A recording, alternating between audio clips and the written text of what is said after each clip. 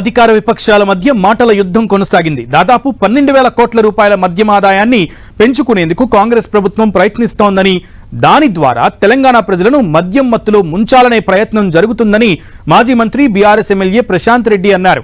అయితే గత 10 ఏళ్ల బీఆర్ఎస్ ప్రభుత్వ హయాంలో మద్యం ఆదాయాన్ని 20,000 కోట్ల మేర పెంచుకున్నారని, బెల్ట్ షాపుల్ని పెంచి పోషించిందే బీఆర్ఎస్ అని మంత్రి శ్రీధర్ బాబు అన్నారు.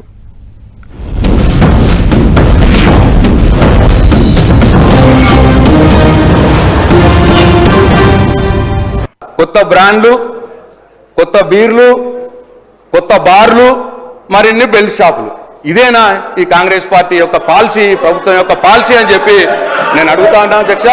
తీవ్రంగా వ్యతిరేకిస్తున్నాం. ఈ ఆదాయం పెంచే మార్గం పెట్టుకోవడం అనేది మేము తీవ్రంగా వ్యతిరేకిస్తున్నాం.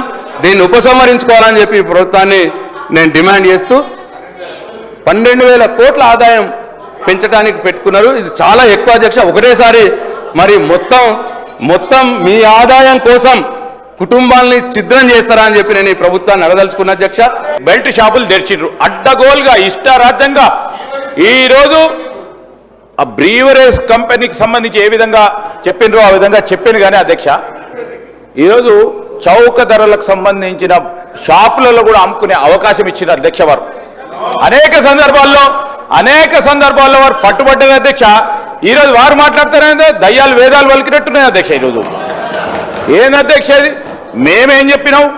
లీకేజెస్ని అరెస్ట్ చేస్తాం, అడ్మినిస్ట్రేటివ్ రిఫార్మ్స్ తీసుకొస్తాం, దానివల్ల ఈ విధంగా మాకు రెవెన్యూ పెంచే అవకాశం ఉంటుందని చెప్పినాం.